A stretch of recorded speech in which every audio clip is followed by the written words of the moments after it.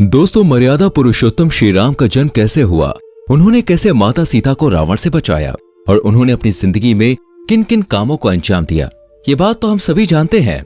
रामानंद सागर के रामायण में भी श्री राम के अयोध्या को त्यागते ही कहानी खत्म हो जाती है। लेकिन दोस्तों, क्या आप जानते हैं कि श्री राम के अयोध्या त्यागते ही क्या हुआ? उनके पुत्रों लव कुश का क्या हुआ? अयोध्या में किसका राजपाट हुआ? कौन बैठा सिंहासन पर और कैसे आगे बढ़ा सूर्य वंशियों का वंश? और क्या आज भी श्री राम के वंशज जिंदा हैं? अगर हाँ तो वो कहाँ है? अगर आप भी इन सभी सवालों के जवाब जानना चाहते हैं तो कहीं मत जाइए, बने रहिए इस वीडियो में एंड तक, आपके सारे सवालों के जवाब मिलेंगे यहाँ। असल कहानी शुरुआत होती है दोस्तों भगवान श्री राम के वनवास जाने से। जब भगवान श्री राम लक्ष्मण और माता सीता के साथ वनवास गए तो वहां पर लंकेश यानी कि रावण ने माता सीता का हरण कर लिया, जिसके बाद भगवान श्री राम माता सीता को बचाने हनुमान जी के साथ लंका पहुंचे और रावण को मृत्यु के घाट उतारकर माता सीता को वापस अयोध्या नगरी ले आए। माता सीता की नजर में अब सभी समस्याएं खत्म हो चुकी थी, लेकिन असल समस्या तो अब शुरू होने वाली थी। असल में अयोध्या नगरी में लोग माता सीता के चरित्र पर सवाल उठा रहे थे, क्योंकि वो लंबे समय तक लंकेश की लंका में रही थी। हर सवाल का जवाब नहीं था, जिस वजह से भगवान श्री राम को ना चाहते हुए भी माता सीता से हर नाता तोड़ना पड़ा। इसके बाद माता सीता वाल्मीकि जी के आश्रम में जाकर रहने लगी। यहाँ पे उन्होंने अपने दो बेटों लव और कुश को जन्म दिया। इधर प्रभु श्री राम के हृदय में आज भी माता सीता ही बसी हुई थी। वो माता सीता से किस कदर प्रेम करते थे, इस बात का अंदाजा आप यूं ही लगा सकते हैं कि माता सीता को त्यागने के बाद भी प्रभु श्री राम ने किसी और से विवाह नहीं किया, बल्कि जब वो हवन या यज्ञ में बैठा करते तो माता सीता की याद में एक सोने की गुड़िया अपने साथ लेकर बैठा करते, और ऐसा इसलिए क्योंकि सोने को शुभ माना जाता है। अभी मैं आपको बताता हूँ कैसे हुई प्रभु श्री राम की लव कुश से मुलाकात। एक बार की बात है जब भरत और हनुमान जी को लव कुश के हाथों हार का सामना करना पड़ा था। इस पर भगवान श्री राम क्रोधित हुए और वन में जा पहुंचे, जहां उनकी मुलाकात लव और कुश से हुई। लव और कुश ने श्री राम को बताया कि उनकी शिक्षा महर्षि वाल्मीकि से प्राप्त हुई है और उनकी माँ का नाम वन देवी है। लव और कुश की बातें सुनकर भगवान श्री राम ने महसूस किया कि ये तो उन्हीं के बेटे हैं, और इस तरह भगवान श्री राम और लव कुश का मिलन हुआ। लेकिन अब सवाल ये उठता है कि आखिर श्री राम के राजपाट छोड़ने के बाद लव कुश का क्या हुआ? तो चलिए आगे भी जान लेते हैं। लेकिन अगर वीडियो पसंद आ रही हो तो वीडियो को लाइक करके चैनल को फटाफट से सब्सक्राइब कीजिए। तो हुआ यूं कि माता सीता को त्यागने के बाद प्रभु श्री राम भी सब कुछ त्याग कर धरती में विलीन हो जाना चाहते थे। वो राजपाट का भार अब भरत के कंधों पर सौंपना चाहते थे, लेकिन भरत इस बात के लिए राजी नहीं थे। श्री राम ने लाख समझाया पर भरत राज्य अभिषेक के लिए तैयार नहीं हुए। इसलिए भरत की जगह लव और कुश का राज्य अभिषेक करने पर विचार किया गया। इसी विचार के तहत कुश को दक्षिण कौशल प्रदेश यानी कि छत्तीसगढ़ और लव को उत्तर कौशल का भारत सौंप दिया गया। इस तरह श्री राम ने कुश को दक्षिण में कोसल, कुशस्थली और अयोध्या राज्य सौंप दिया, तो वहीं लव को पंजाब सौंप दिया गया। गद्दी पर बैठते ही लव ने लाहौर को अपनी राजधानी बनाया। अब इसी कहानी के बीच दोस्तों एक कहानी हनुमान जी के पाताल लोक जाने की भी आती है। दरअसल जब प्रभु श्री राम ने अयोध्या के साथ साथ पृथ्वी को भी त्यागने का मन बना लिया, तब वो अच्छे से जानते थे कि उनके परम भक्त यानी कि हनुमान जी ऐसा कभी भी होने नहीं देंगे। इसलिए उन्होंने हनुमान जी को पाताल लोक भेजने का निश्चय किया। इसके लिए श्री राम ने हनुमान जी को अपने कक्ष में बुलाया और उनसे अपनी खोई हुई अंगूठी ढूंढकर ले आने को कहा। अब हनुमान जी श्री राम की आज्ञा का पालन भाई कैसे न करते, ऐसा तो हो ही नहीं सकता। इसलिए श्री राम के कहने पर हनुमान जी उनकी अंगूठी की खोज में पाताल लोक निकल लिए और इसी बीच श्री राम ने अयोध्या त्याग दी। और बढ़ती है कहानी दोस्तों आगे। अब यूं तो श्री राम ने अपने दोनों ही पुत्रों को बराबर का दर्जा दिया था, लेकिन फिर भी भविष्य में जाकर लव की अपेक्षा कुश का वंश ज्यादा आगे बढ़ा और कुश के वंशजों का जिक्र ही हमें ज्यादातर देखने को मिलता है।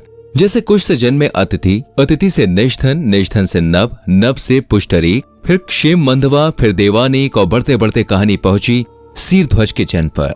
दरअसल कुश वंश के राजा सीरध्वज को सीता नाम की एक पुत्री हुई। आगे बढ़ते हुए कृति नाम के राजा से जनक का जन्म हुआ, जिसने योग मार्ग को अपनाया था। कुश वंश से ही दोस्तों कुशवाहा, मौर्य, सैनी और शाक्य संप्रदाय की स्थापना मानी जाती है। और इस तरह पन्ने पलटते रहे और कहानी आ पहुंचती है दोस्तों महाभारत के राजा वृहदबल तक। वृहदबल की बात की जाए तो उन्हें कुश की 50वीं पीढ़ी बताया गया है। महाभारत का युद्ध तो आप सभी को याद ही होगा, लेकिन बहुत ही कम लोग जानते हैं कि प्रभु श्री राम के वंशज भी इस युद्ध में शामिल हुए थे। जी हाँ दोस्तों, वृहदबल ही श्री राम के वो वंशज थे जिन्होंने महाभारत के युद्ध में कौरवों की ओर से युद्ध लड़ा था। ऐसा माना जाता है कि अभिमन्यु चक्र में अभिमन्यु और वृहदबल के बीच घमासान युद्ध छिड़ा और अभिमन्यु के प्राणघाती तीर ने वृहद बल को हरा दिया था। लव और कुश के अलावा भरत, लक्ष्मण और शत्रुघ्न के पुत्रों के बारे में भी हिंदू पुराणों में बताया गया है। बात करें भरत की तो भरत के 2 पुत्र हुए, ताश और पुष्कर। वहीं लक्ष्मण के भी 2 पुत्र हुए, चित्रांगद और चंद्रकेतु। ठीक इसी तरह शत्रुघ्न के भी 2 ही पुत्र हुए, सुबाहु और शूरसेन। हालांकि इनके वंशज कौन है, क्या है, इसका जिक्र हमें कहीं भी देखने को नहीं मिलता है। खैर, ऐतिहासिक तथ्य और हिंदू धार्मिक ग्रंथ बताते हैं कि लव ने राज्य पर शासन करने के दौरान लोहपुरी नगर की स्थापना की थी, जिसे बीतते समय के साथ साथ लोहपुरी से लोहापुरी बना दिया गया और आधुनिक काल में आते आते यही लोहपुरी हो गया लाहौर। अगर आप यहाँ जाएंगे तो एक किले में आपको लव का एक मंदिर भी बना हुआ नजर आ जाएगा। बात करें कुश की तो कुश की राजधानी हुआ करती थी कुशवाली, जो कि आज के टाइम में दोस्तों बिलासपुर जिले में स्थित है। वहीं कौशल को श्रीराम की मां कौशल्या के जन्म का स्थान भी माना जाता है। ऐसा कहा जाता है कि कौशल्या का जन्म यहीं हुआ था। उनके नाम के चलते ही इस जगह को कौशल्या के नाम से जाना जाता है। वहीं अगर आप दक्षिण पूर्व एशिया में जाते हैं तो यहाँ पे आपको लाओस देखने को मिलेगा, जिसके नाम के बारे में कहा जाता है कि यह नाम लव के नाम पे ही रखा गया है। हालांकि इसके बाद बताया जाता है कि लव के वंशजों ने गुजरात की तरफ प्रस्थान किया और मेवाड़ में जाकर फंस गए और यहीं लव के वंशजों ने सिसोदिया वंश की स्थापना भी की। अगर आप मेवाड़ का राज्य प्रतीक देखेंगे तो आप पाएंगे कि उसमें सूर्य की आकृति है, जिससे यह साफ समझा जा सकता है कि ये श्री राम के वंशज ही हैं। इतना ही नहीं, कहा तो यह भी जाता है कि लव के वंशजों से ही राघव राजपूतों ने जन्म लिया। इसके अलावा शल्य के बाद बहतक्षय, उरुक्षय, पदसद्रोह, प्रतिव्योम, दिवाकर, सहदेव, ध्रुवाश्च, शाक्य, शुद्धोदन, सिद्धार्थ, सुमित्र भी श्री राम के ही वंशज माने जाते हैं। ये भी माना जाता है कि जो लोग खुद को शाक्य वंशी कहते हैं वो भी श्री राम के वंशज है। इस तरह ये कहा जा सकता है कि आज के समय में जो सिसोदिया, कुशवाहा, मौर्य, शाक्य और गहलोत आदि जो राजपूत वंश है वो सभी भगवान प्रभु श्री राम के वंशज हैं। लेकिन अब सवाल ये उठता है कि क्या आज भी श्री राम के वंशज जिंदा हैं? अगर हैं तो कहां पे हैं और ये कैसे पता चले कि वो श्री राम के ही वंशज है? दरअसल आपकी तरह ही सुप्रीम कोर्ट ने भी ये सवाल पूछा था कि आज भी श्री राम के वंशज जिंदा हैं क्या? सुप्रीम कोर्ट के सवाल पर एक राजघराना निकलकर सामने आया, जिसने कुछ सबूत पेश किए, जिनके आधार पर यह तय हुआ कि आज भी श्री राम के वंशज इस धरती पर मौजूद हैं। इनसे मिलिए यह है दिया कुमारी। जयपुर के राज परिवार में जन्मी है दिया कुमारी ने सुप्रीम कोर्ट के सवालों पर कुछ ऐसे सबूत पेश किए जिनसे यह साबित हो गया कि वो श्री राम के वंशज हैं। इस पत्रावली में प्रभु श्री राम के सभी वंशजों के नाम बारी बारी और समय के हिसाब से लिखे हुए थे।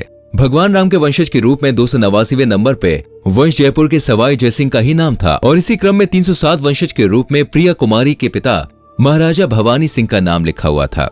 इतना ही नहीं दोस्तों, कुछ समय पहले महारानी पद्मिनी ने एक अंग्रेजी चैनल को दिए एक इंटरव्यू में ये बात कही थी कि उनके पति भवानी सिंह कुश के 307वें वंशज थे। कमेंट करके अपनी राय जरूर लिखिएगा। वीडियो अच्छी लगी हो तो लाइक करें, शेयर करें और आने वाली वीडियोस को देखने के लिए चैनल को सब्सक्राइब करके बेल आइकन प्रेस करें, जिससे आने वाली वीडियोस आपसे मिस ना हो। मिलते हैं अगली वीडियो में। Till then bye bye, take care.